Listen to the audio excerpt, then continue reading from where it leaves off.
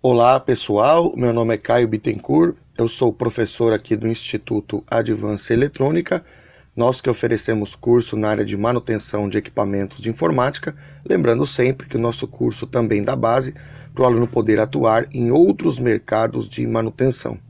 Então pessoal, hoje a gente vai introduzir na nossa aula de número 56, aula do módulo 1 de componentes eletrônicos, a gente vai entrar na 10ª lição referente à parte de eletrônica digital.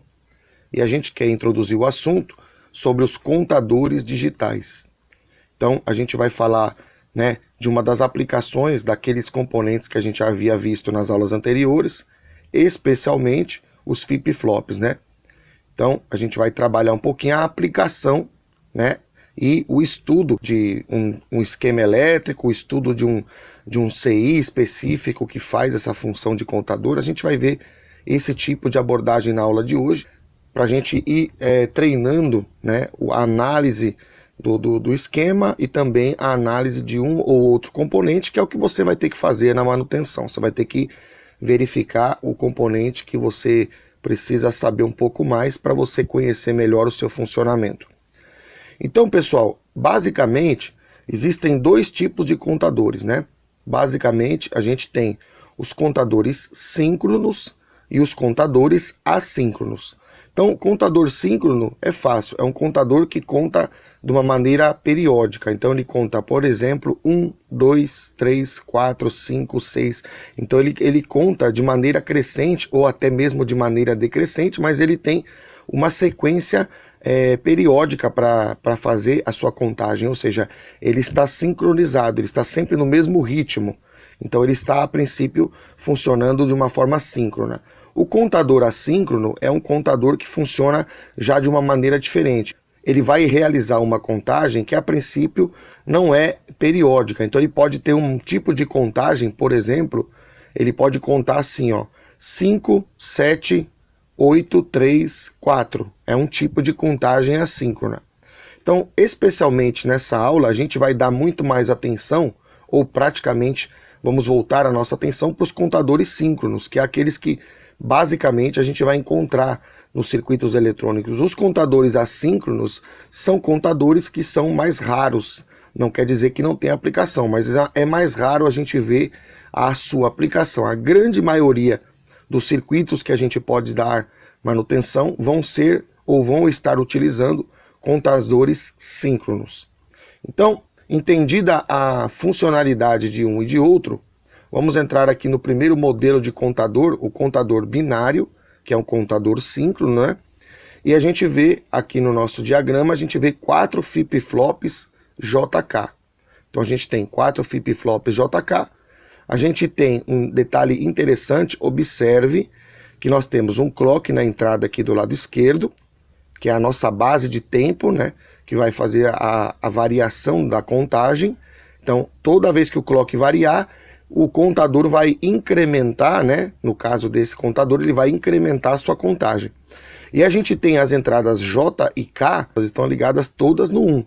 Então, a gente sabe que esse tipo de configuração transforma o flip-flop JK num flip-flop tipo D, parecido com aquele tipo D que faz a função de toggle, que faz a função de, quando ele recebe um pulso, ele inverte a saída. O toggle é o complemento, Se ele é 0, ele vai para 1, se ele é 1, ele vai para 0.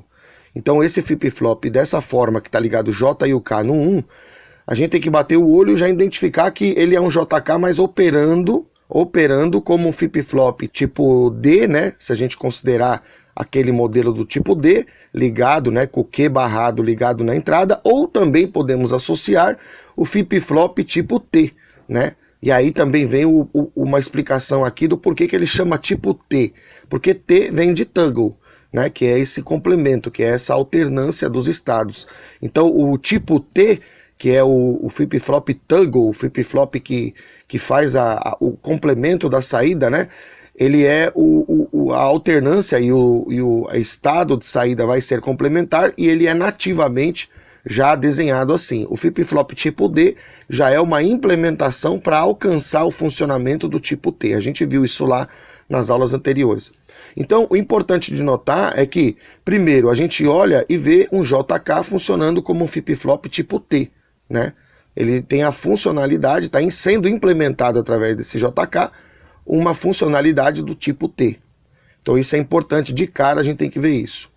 Outra coisa importante da gente notar, a gente tem as entradas auxiliares de clear e de preset, e elas são habilitadas em 0. Olha lá a bolinha do inversor, tanto no clear como no preset. Então, né, temos que observar essa bolinha aí, pessoal. Eu tenho falado, né, que o funcionamento muda muito. Então ele trabalha a partir do nível lógico baixo. É a descida do nível lógico que faz ele ser resetado, né? Ou, no caso do preset, ser setado. E o clock também tem o inversor na sua entrada. Então ele também trabalha na descida do clock. Então esse desenho aqui esquemático traz para nós essas três características das três entradas que trabalham pelo nível lógico baixo, porque tem um inversor, tem a bolinha, e ele está funcionando como tipo T. Então essas duas características a gente tem que observar, bater o olho e ver.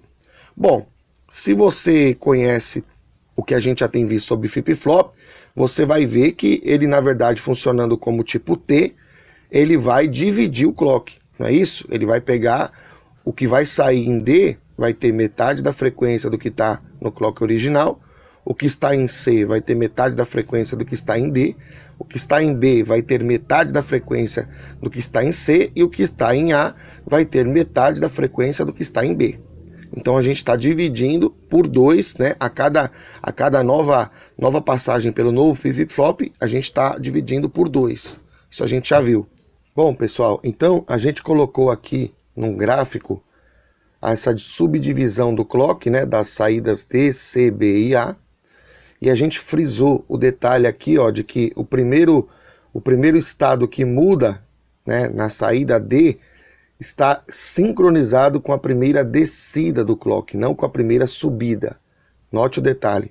E isso está batendo com essa bolinha que está entrando aqui no clock, porque o clock está trabalhando pela descida e não pela subida. Então a gente havia frisado essa característica e a gente está vendo isso aqui aparecendo no nosso gráfico.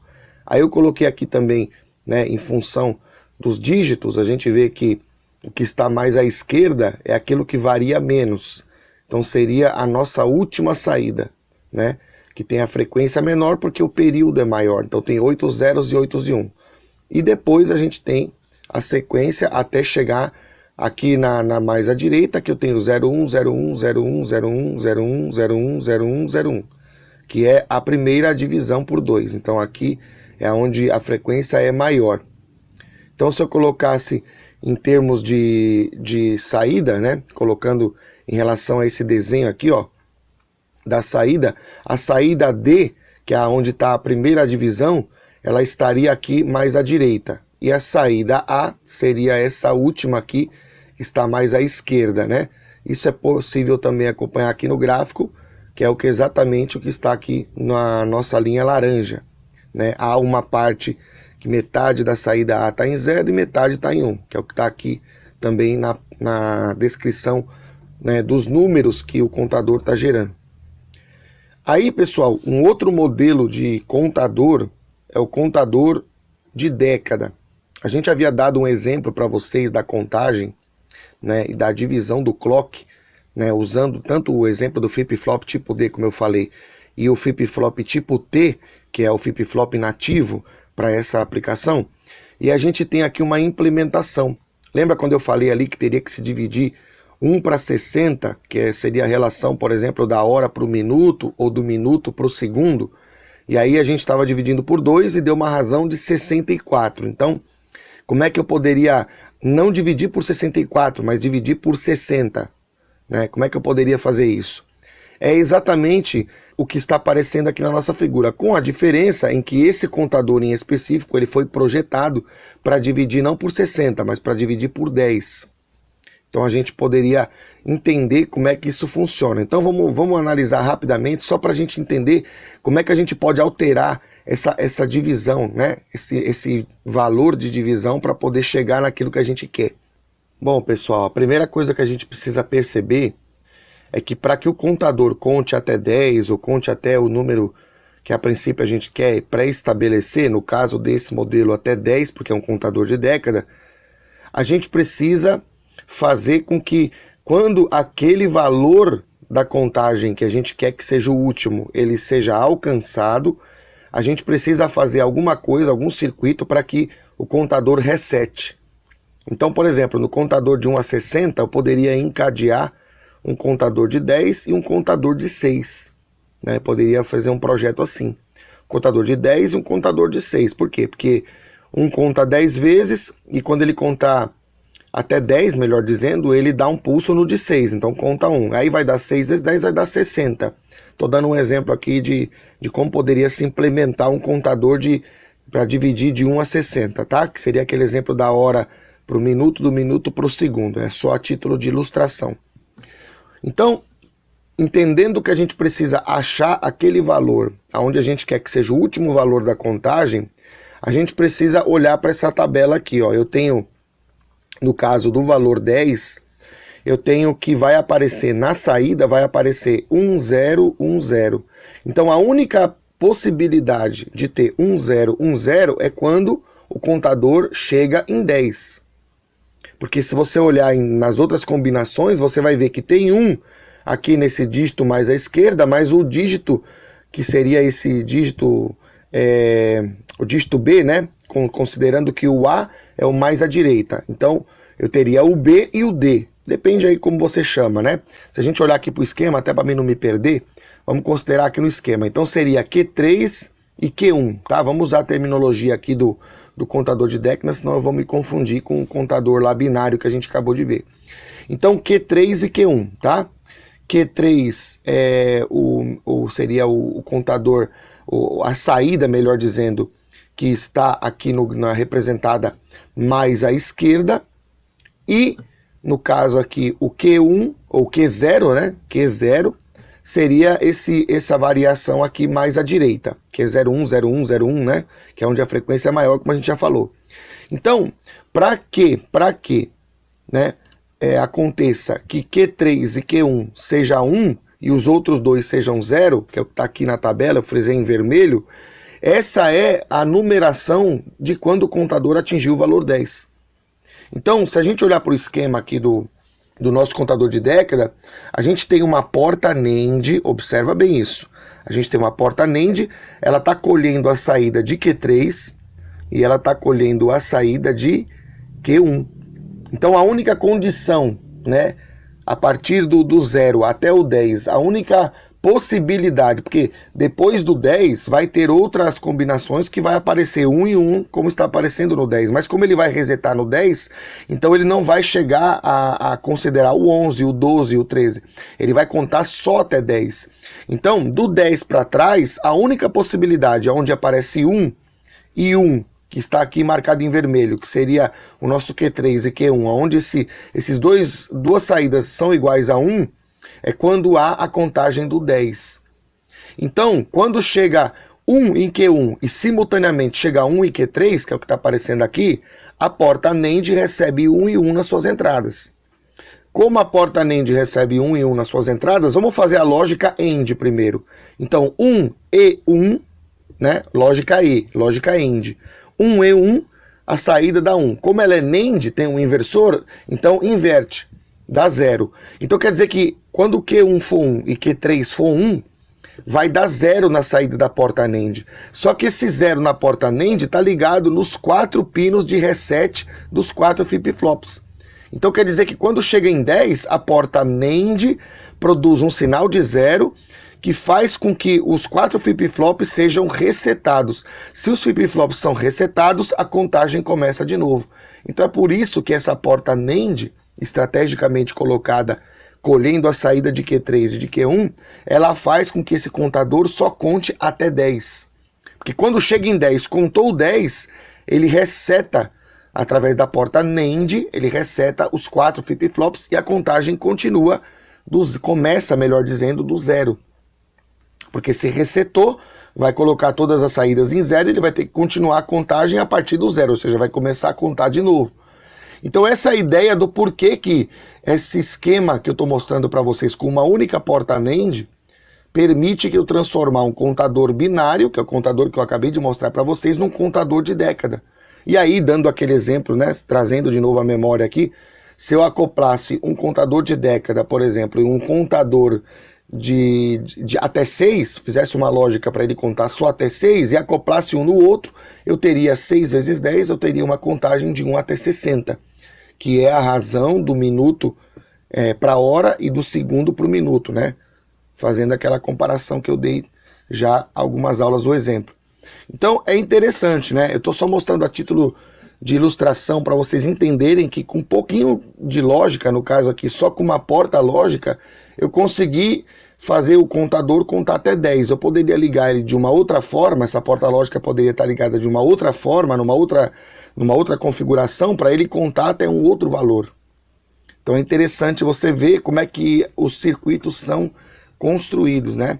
Para você entender como é que a lógica está acontecendo. Ele não conta até 10 por um motivo mágico, ele conta até 10 porque tem uma porta que está colhendo o 1 de Q3 e o 1 de Q1, que só vai acontecer quando ele chegar até 10. Então, quando chega até 10, a porta manda resetar, então ele volta do zero para contar até 10 de novo. Então, eu creio que está fácil de entender. Então, interessante análise lógica. O que eu quero passar para vocês, pessoal, vocês não vão construir isso aqui. Vocês vão consertar, a princípio é essa ideia, mas a lógica é aquilo que eu venho batendo e, de novo, volto a frisar. A análise da lógica. Por que ele está contando até 10? Porque tem uma lógica que está fazendo isso acontecer. Aí um outro modelo de contador, um contador bem simples, na verdade, é o contador em anel. Então ele tem o flip-flop tipo D, aqui, flip-flop tipo D vai estar transferindo o que está em D para Q, né? Então ele transfere de um flip-flop para o outro, porque ele transfere no primeiro pulse clock, ele transfere aqui no flip-flop da esquerda, ele transfere de D para Q. No segundo pulse clock, o que estava em Q do primeiro passou para o D do segundo, então ele vai transferir desse D para o Q. Então ele vai, é como se fosse uma corrente, ele vai levando o dígito que está entrando nos Ds, ele vai levando para frente. Então, com 4 pulsos de clock, o que estava no primeiro flip-flop da esquerda foi parar lá no último flip-flop da direita, que seria o mais distante, né? No caso, o último da direita. Então, por isso que ele é chamado de contador em anel. Ele está ligado, um está ligado no outro e está transmitindo para o outro. A cada pulse clock há um deslocamento desse bit que está passando de D para Q e vai passando de um flip-flop para o outro. Como a última saída está ligada no D do primeiro flip-flop da esquerda, então ele fechou o anel. Então esse flip-flop vai ficar contando essas 4 sequências aqui que eu coloquei 0001, 0010, 0100 e 1000. Ele vai contar sempre esses quatro valores aqui, é o que vai aparecer nas saídas, né? Porque esse 1 que está se deslocando, tá vendo? O 1 está vindo no que está escrito aqui em vermelho, o 1 ele está saindo da direita e está indo para a esquerda, então ele está andando, né? Ele está se deslocando. E quando ele chegar no final, ele volta para a primeira condição. Por quê? Porque o Q está ligado na primeira entrada. Então ele volta a repetir o processo. Então essa é a ideia do contador em anel. Ele está ligado num ciclo fechado, como um anel, e ele está fazendo esses bits e caminhando de um para o outro, até que ele chega no último e volta para o primeiro. Então essa seria, a princípio, a ideia do contador em anel. Aqui, pessoal, eu também trouxe o contador BCD programável, em que ele pode ser configurado um contador crescente, ou seja, um contador de up, e ele pode ser um contador decrescente, ou seja, um contador down. Down é para baixo, decrescente, up é para cima, né? Vem do inglês, é crescente. Só que aqui eu estou trazendo isso para vocês na forma de CI. Então eu tenho um circuito integrado, e esse circuito integrado ele tem a descrição dos pinos e o que os pinos fazem. Então vamos analisar um pouquinho aqui cada um deles para a gente poder ver o que esse CI nos oferece. Vamos dizer que nós estivéssemos trabalhando num equipamento e apareceu esse CI aí e a gente precisa buscar no datasheet e entender um pouquinho do seu funcionamento. Então eu tenho lá o pino 1 é o PL, aí está escrito assim, Parallel Load Input, ou seja, aqui está dando a entender que eu posso carregar a contagem através desse pino. Então eu vou ter nos pinos 4, que é a sequência aqui da lista, tem os pinos 4, 12, 13 e 3. Está escrito assim, Parallel Inputs. Então eu coloco 4 bits em D0 até D3, D0, D1, D2 e D3. Esses pinos são o pino 4, o pino 12, o pino 13 e o pino 3. Né? Eu marquei inclusive aqui em vermelho, são esses que são rodeados aqui, frisados em vermelho. Então esses pinos são 4 pinos de entrada. Eu coloco 4 bits. Quando eu ativar o pino 1, eu vou levar essa informação do D0 ao D3 para o circuito do circuito integrado, para ele carregar essa informação e começar a contagem a partir desse valor. Olha que interessante. Então eu posso fazer uma contagem e posso levar uma combinação de um determinado valor de 4 bits para dentro do contador, e quando eu der um pulso no pino 1, que é o PL, ele vai carregar esse valor que está nessas 4 entradas para começar a fazer a contagem a partir daquele valor. Por exemplo, se eu levar o valor 6 para dentro do contador, então ele vai começar a contar a partir de 6. Se ele for um contador crescente, ele vai contar 7, 8, 9. Se ele for um contador que vai estar configurado como decrescente, ele vai contar 5, 4, 3. Então ele vai contar a partir do 6. Ah, professor, mas tem que ser 6? Não, estou dando um exemplo. Eu poderia carregar qualquer valor, eu poderia carregar entre 0 e 15 qualquer valor, né? Que é o que é possível a gente estabelecer com 4 bits. Então eu poderia levar nessas entradas de D0 a D3 os 4 bits e estabelecer um valor. Então eu escolho quando é que a contagem começa.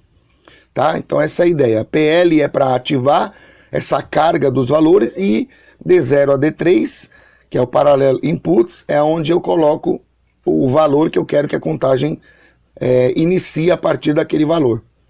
O pino 5, que é o CE, é o pino que faz com que a contagem seja habilitada, é o Count Enable Input, ou seja, Enable é de estar habilitado e Count é contagem, então ele habilita a contagem, né? Habilita a entrada da contagem, e ele é ativo em nível lógico 0, Active Low, né? Low do inglês é baixo, é 0, e Height, que é o que está ali no PL, Active Height, quer dizer que ele é ativo nível lógico 1, então eu creio que não tem dificuldade. O outro descritivo dos pinos são esses pinos que eu marquei em azul, tá? O que é? São as saídas paralelas, Parallel Outputs, que é Q0 até Q3. Então a saída é Q0, Q1, Q2 e Q3, que eu marquei em azul para você olhar para o CI e ver fácil. E os pinos são pino 6, pino 11, pino 14 e pino 2. Então quer dizer que nesses pinos é que a contagem ela é fornecida através, né, do efeito da contagem. O contador está contando e está disponibilizando esse valor da contagem nesses 4 pinos, que são esses 4 bits de Q0 a Q3. Então a saída da contagem aparece entre Q0 e Q3. Aí eu tenho um terminal aqui, né, de terminal Count Output. Esse terminal aí seria o estouro da contagem. O que é o estouro, professor? Eu estou contando de 0 a 15, então 15 é o meu máximo valor e 0 é o meu mínimo valor. Quando ele chega em 15, que é o máximo valor, né, ele vai estourar, ele iria para o 16, mas como ele não tem disponível mais um bit, então ele dá o estouro no TC e ele reseta, então ele volta à contagem do 0 de novo. Estou falando um exemplo de uma contagem crescente. Então ele indica que estourou nesse TC. Se alguém quiser, por exemplo, usar essa informação de estouro para informar, olha, começou a contar de novo, olha, começou a contar de novo. Esse bit, ele aparece em TC, que é o pino 7.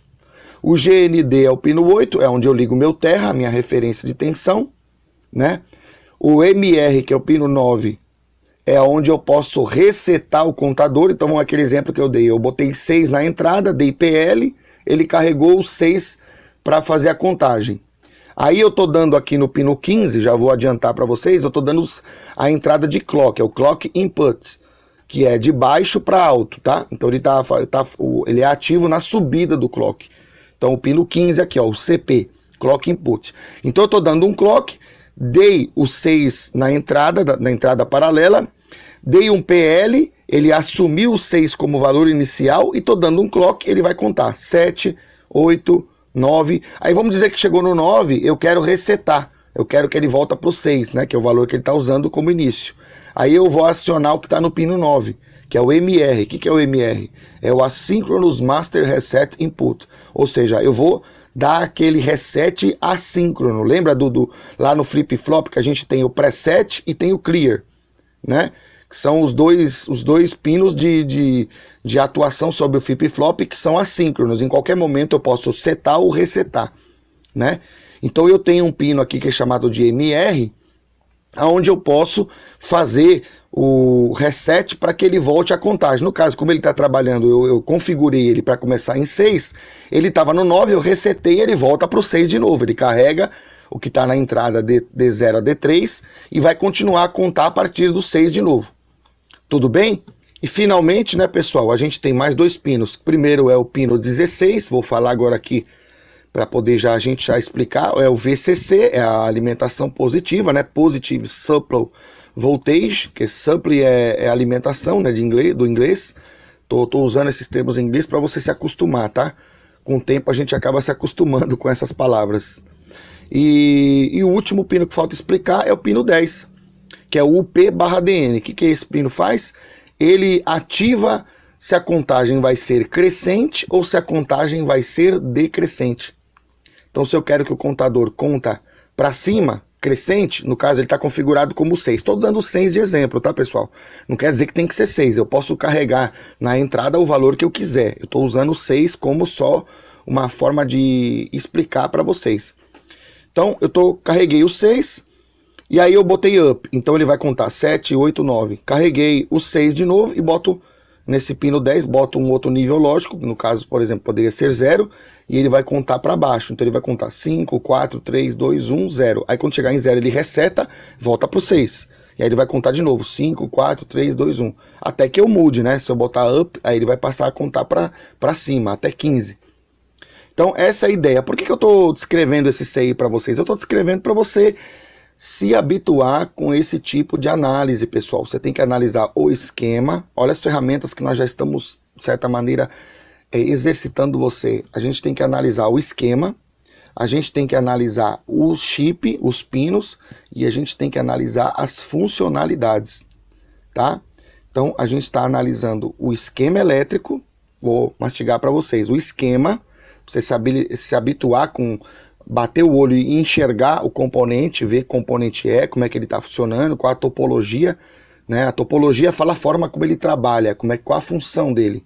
Então a topologia desse cara aqui, ele é um CI no caso, né? Então ele é um contador, um CI que já foi construído para ser contador. O esquema, a pinagem e também o que cada pino faz. Então, dependendo do tipo de equipamento, você vai ter que fazer esse tipo de abordagem.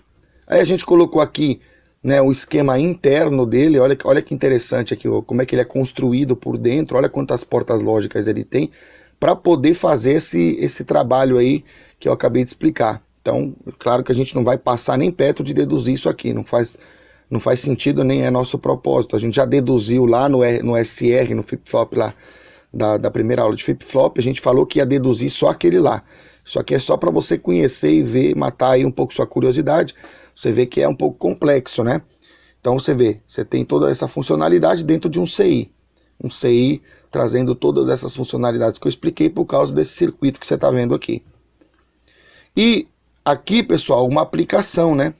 Aqui é uma forma de um esquema onde ele está ligado. Eu mostrei aqui o esquema dos pinos, descrevi os pinos para vocês, e aqui está uma aplicação. Então eu tenho no pino 15 aqui, ó, no lado esquerdo, eu coloquei um desenho de clock, não importa esse circuito a princípio, tá? Tem um Schmitt Trigger aí, ó, você tá vendo aí, ó, é o 4093, é um Schmitt Trigger com porta NAND. Como eu não expliquei esse tipo de circuito, nós vamos ver esse circuito lá no módulo 2, é um circuito oscilador, a gente vai falar mais em detalhes, mas entenda que nesse ponto aí onde eu tô com esse desenho da forma de onda aí, ó, tem uma forma de onda aparecendo, entenda que aí nesse pino 15 é a entrada de clock. Se a gente voltar aqui na descrição aqui que eu acabei de mostrar, olha lá o pino 15, é o CP, Clock Input, então tá coerente, né? Aí eu volto aqui pro meu esquema, eu tenho as 4 entradas, olha lá, A, B, C, D embaixo, tá? A, B, C, D. No caso, ele configurou, ó, o B e o C, ele ligou no VCC. Ah, professor, não estou enxergando. Olha a entrada B e C na parte inferior. Veja que elas estão curto-circuitadas, que é o 12 e o 13, e eles estão indo para o pino 16. E o pino 16 tem um resistor que está indo para o mais 9. Olha aqui o mais 9 na direita. Então, já tô forçando você a seguir aí o desenho do esquema para você se habituar com essa leitura, né? Com essa forma de você ter que ver aonde que o caminho daquela trilha leva, aonde é que está ligado.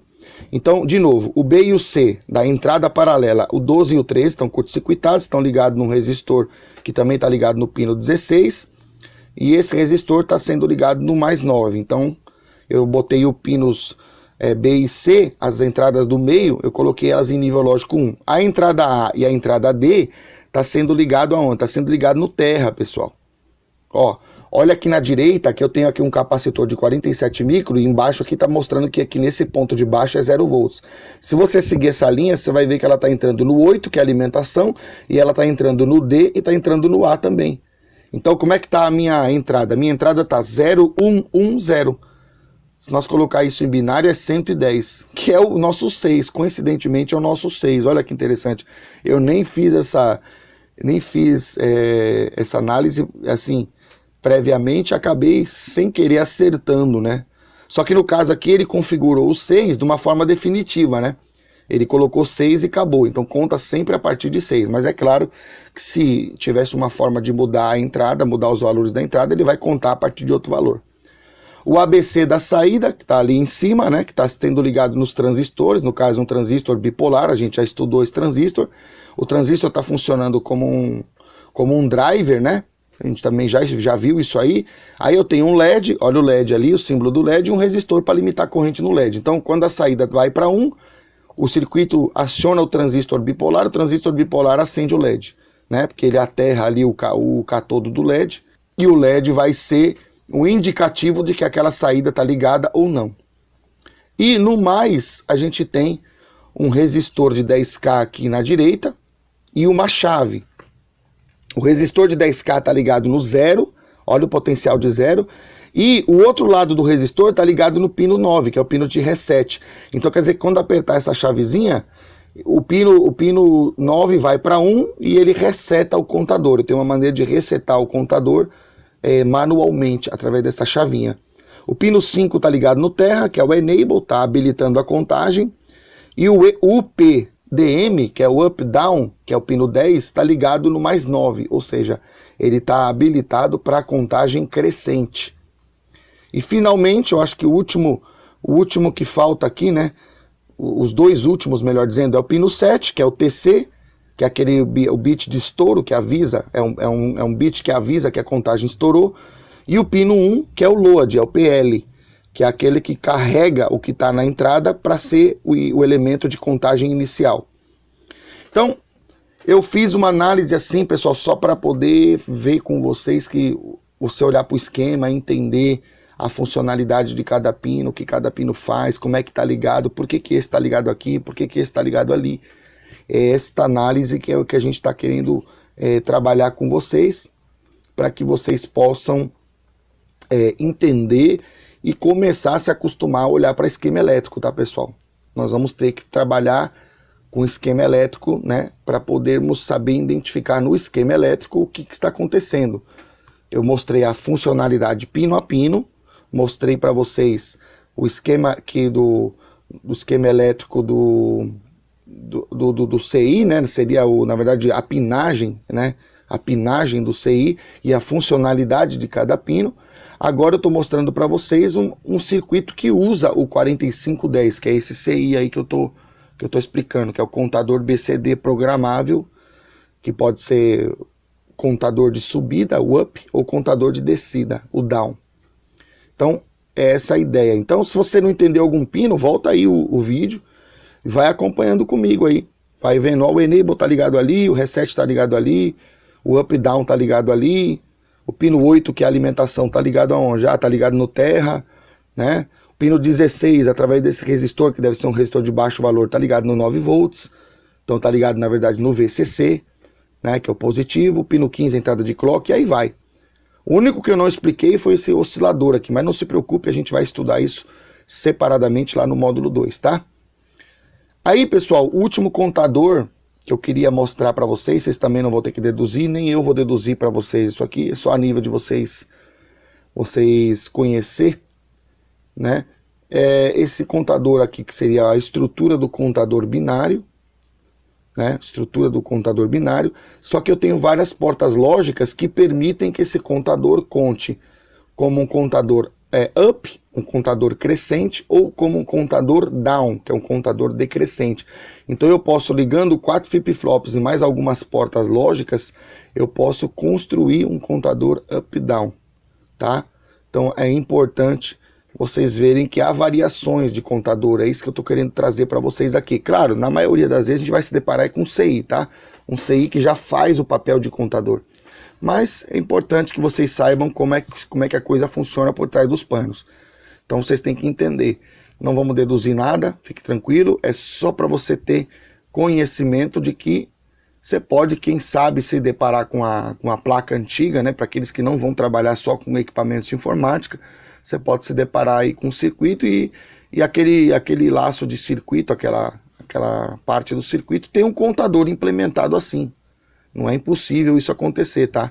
Equipamentos aí mais antigos, equipamentos de áudio, equipamentos de outras áreas que não seja de informática, você pode se deparar com isso.